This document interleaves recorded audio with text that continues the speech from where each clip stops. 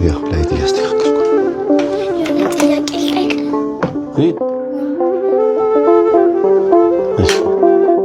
አሁን ግን አንተ ገጠመኝ ምናምን እያልክ የምትቀረጸው የኢትዮጵያ ሕዝብ እንደዚህ ነው እንዴ? አይገርምሽም? እስቲ ምን ሰማሽ እናቴ? በየቤቱ ጨሌ፣ በየቤቱ ቡና እያፈሉ እግዚአብሔርን አይፈሩትም እንዴ? ምን ታዘብሽ እስቲ ማየ? አሁን ልክ ነሽ። በየቤቱ በጣም ብዙ እናቶቻችን ጨሌ ያላቸው ቡና ያፈላሉ ምናምን እና አምላካቸው ማነው ሲባሉ ጨሌው ነው አይደል? እግዚአብሔር ይላሉ። ግን እግዚአብሔር እንደዚህ አይነት ጨሌ ቡና ምናምን በየቤቱ ዛር ምናምን ጸጉራቸው ቁጥርጥር ተሰርተው እንደዚህ የሚሉት ቃልቻዎች አይገርምም? ምን ታዘብሽ እስቲ? የኢትዮጵያ ሕዝብ እግዚአብሔርን እየፈራ እግዚአብሔር ማይወደውን ነገር የሚያደርጉት? እኔ እንጃ። ቤተሰቦች ይሄ ድንገት ነው ካሜራ እያስተካከልኩኝ ዛሬ ክረምት ስለሆነ ቢሮ የመጣው ከኔ ጋር ቆይተው ገጠመኝ ሊቀረጽ ስል ነው እንግዲህ ይሄ ጥያቄ እየቀረበብኝ ያለው። ገና ላይ ራሱ እያስተካከልኩ ነው። ይሄ ልጅ ጥያቄሽ ለኔ አይከብደኝም፣ ግን ከአንቺ እድሜ አንጻር ሲጠየቅ ግን ለአንቺ ምን ብዬ እንደመመለስልሽ ነው። አዎ የኢትዮጵያ ሕዝብ በነገራችን ላይ አሜሪካውያኖች ወይም ደግሞ እነዚህ ውጭ ሀገር ያሉ ሰዎች አብዛኞቹ ባሎቻቸው ፈረንጅ የሆኑ ወይም ሚስቶቻቸው ፈረንጅ የሆኑ ይሄ ጥያቄ አቅርበውት ነበረ። እናንተ ኢትዮጵያውያኖች ገጠመኝ በሚባለው ነገር ብዙ ታሪካችሁን ሰማን። እንደዚህ አይነት ሰው ናችሁ? እንደኛ እኮ ቅዱሳን ንጹሐን አድርገን ነበር የምናስባችሁ። ለካ በየቤቱ ታመልካላችሁ። ባዕድ አምልኮ እግዚአብሔርን ብቻ የምታመልኩ መስሎን ነበረ። የኢትዮጵያ ሕዝብ ኦርቶዶክስ ብቻ እኮ አይደለም ያለበት፣ ጴንጤም አለበት፣ ሙስሊምም አለበት። ኢትዮጵያ ሲባል ግን ኢትዮጵያ ሲባል ጊዜ ኦርቶዶክስ ነው የሚመስላቸው ሲባል ኦርቶዶክስ ነው የሚመስላቸው። ግን ጴንጤም ሙስሊምም የራሳቸው ሀገር አላቸው። አሁን ሙስሊም ዱባይ አላታ። ዱባይ ስላላት ዱባይ ሀገር አላት። ጴንጤ እንኳን አላውቅም፣ ግን የብቻዋ ሀገር አላት። ስለዚህ እነሱ የሚመስላቸው ኢትዮጵያ ሲባል ጊዜ የኦርቶዶክስ ቤቶች ምናምን ነው የሚመስላቸው። ስለዚህ እናንተ ኢትዮጵያውያኖች እግዚአብሔርን ብቻ ነው የምታመልኩት የሚመስለን ሲሉ ሁሉም እምነት ውስጥ ባዕድ አምልኮ አለ እያልሽኝ ነው አይደለ? አዎ ሁሉም እምነት ፈጣሪ አለ ብሎ ያምናል። ሁሉም እምነት ደግሞ በድብቅ ደግሞ ኮተት አለበት።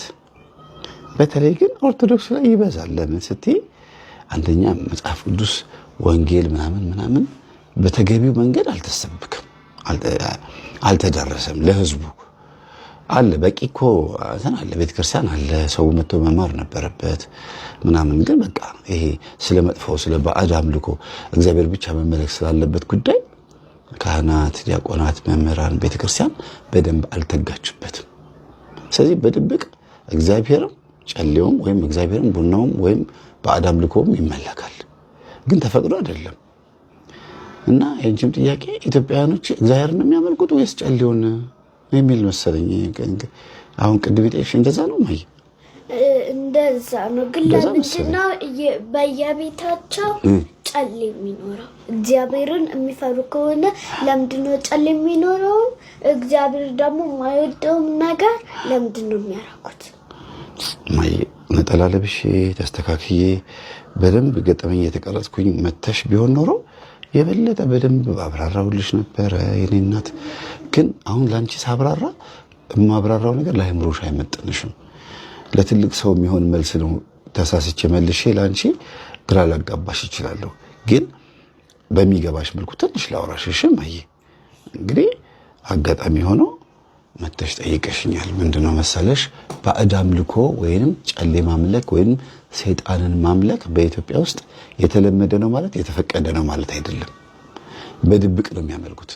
እንዲያውም ጠንቋይ ቤት ወይም አጋንንት የሚጠራበት ቦታ ላይ ሰይጣን ብሎ ሲሉ አይባልም። عينك تشوف المسافة محدودة لكن كاميرا هالجوال ما لها حدود.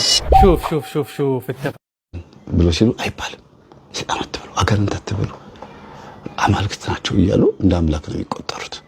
ግን ናቸው አምላክ ናቸው አይደለም። መመለክ ፈለገ እንጂ አምላክ አይደለም። አምላክ እግዚአብሔር ብቻ ነው። አምላክ ማለት የሚመለክ ነው። ፈጣሪ ማለት ደግሞ የፈጠረን ነው። እግዚአብሔር አምላክም ነው ፈጣሪም ነው። ሰይጣን ግን የሚመለክ በዚህ ምድር ላይ ሰዎች የሚያመልኩት ነው ማለት ፈጣሪ ነው ማለት አይደለም። ፈጣሪ አይደለም፣ ፈጣሪ አይደለም፣ አምላክም አይደለም። ግን የዚህ ዓለም አምላክ ተብሎ በመጽሐፍ ቅዱስ ውስጥ ስሙ የተጠቀሰው ሰዎች ስለሚያመልኩት፣ ሰዎች ወደው ፈቅደው እና ከኛ ጋር አብረን እንብላ፣ እንጠጣ፣ እንኑር፣ ደስ ያለን ነገር አድርግልንና ላንተ እንገዛለን ስላሉት ነው። እሺ እናቴ ከበደብሽ ማወራው አይ ሰይጣን ግን አባዬ ሰውን ይፈጥራል እንዴ? አይፈጥርም። እንኳን ሊፈጥር ቀርቶ የተበላሸ ነገር እንኳን ማስተካከል አይችልም። ማስመሰል ለሚችለው ምትሃት፣ አስማት፣ ድግምት ምናምን ይሄ ሰውን ማጭበርበር፣ ትሪክ መስራት፣ በሰው ላይ መንፈስ ማደር፣ በመንፈስነቱ በሰው ላይ ማደር። ከዛ ጆሮ ላይ ይመጣና አሁን አንተ ገጠመኝ ላይ የሰማው ጆሮ ላይ ሰይጣን ይመጣና የሆነ መልእክት ያሰማውና ከዛ በኋላ ሰይጣን ይነሳበታል። ሰው የሚገርም ነው። ስታዳምጪው ገጠመኝ ይገባሻል? ማየ ስንት ዓመትሽ ነው? 8 ዓመትሽ ነው። ገና ነሽ እንግዲህ። እንዴት ገጠመኝ ያዳምጥሽ? ማየ አይፈቀድም እኮ ላንቺ። አይና ማየ ሲያዳምጡ ጊዜ ነው ማያለሁ። እና አትደነግጭም? አትፈሪም? አልፈራም። ምንም አይመስለኝም። አቅም የለውም ብለሽ ነው የምታስቢው? ልክ ነሽ። ሰይጣን አቅም የለውም። ግን ማን ከኛ ጋር ካለ ነው አቅም የማይኖረው? እግዚአብሔር። ኃይላችን እግዚአብሔር ነው ብለን እኛ አምነን ስናምን ነው እንጂ ሰው ብቻውን ሰይጣን ማሸነፍ አይችልም። በተፈጥሮ ብቻ ማሸነፍ አይችልም። አሁን እግዚአብሔር አሁን እግዚአብሔር ተሰቅሏል ነበር። ኢየሱስ ክርስቶስ ተሰቅሎ ከዛ በኋላ በሶስተኛው ቀን ምናምን ተነሳ አይደል? ከእሱ ሞቶ ቢሞት ኖሮ ኢየሱስ ክርስቶስ ቢሞት ኖሮ እኛም እንደዚህ አንፈጠርም ነበር። አንተም እዚህ ወንበር ላይ የለህም ነበር። አዎ ሞቶ ቢቀር ኖሮ ግን ምን ሆኗል? ተነስቷል። ክርስቲያን የተባልነው ሞቶ ስለተነሳ ነው። የትንሣኤ በኩር ወይም ደግሞ የበኩራችን ነው። በቃ ሞትን አሸንፎ የተነሳ በምድር ላይ የባህሪ ልጁ የእግዚአብሔር የባህሪ ልጁ ኢየሱስ ክርስቶስ ነው። የዲያብሎስን ስራ ያፈርስ ዘንድ የእግዚአብሔር ልጅ ተገለጠ። ስለዚህ መቃብር ድረስ ገብቶ በስጋ ሞትን አሸንፎ ነው። ከዛ አሁንኛ ምን ይሆን ነው? ጀግና ክርስቲያን የሆነው ማሸነፍ የቻል ነው። አቅም አሁን ቅድም ይሄን ያነሳሽው ገብቶኛል። ቅድም ምን አልኩኝ? እኛ በተፈጥሯችን ብቻ ሰይጣንን ማሸነፍ አንችልም እግዚአብሔር ከሌለ ስላልኩኝ ነው አይደል ይሄን ያነሳሽው። ስለዚህ ሞቶ ከሞት መካከል ተነስቶ እኔ እንደተነሳሁት እናንተም መነሳት እንድትችሉ ይሄው በሩን ከፍቼዋለሁ ብሎ እሱ መንገዱን ስለከፈተልን ነው አይደል? ስለዚህ ኢየሱስ ክርስቶስ ሞቶ ስላልቀረ እኛ ምን ስማችን ማን ተባለ? ክርስቲያን ተባለ። ስለዚህ የዲያብሎስን ስራ እንዲያፈርስ የማን ልጅ ተገለጠ? የማርያም ልጅ የእግዚአብሔር ልጅ ተገለጠ አይደል? አሁን ትልቁ ነገር ይሄ ነው። የኢትዮጵያ ሕዝብ ኦርቶዶክስ ነው አብዛኛው ማለት ነው። እሺ አብዛኛው በፐርሰንት ማተብ ያሰረ ነው ኦርቶዶክስ ነው። ጥምቀት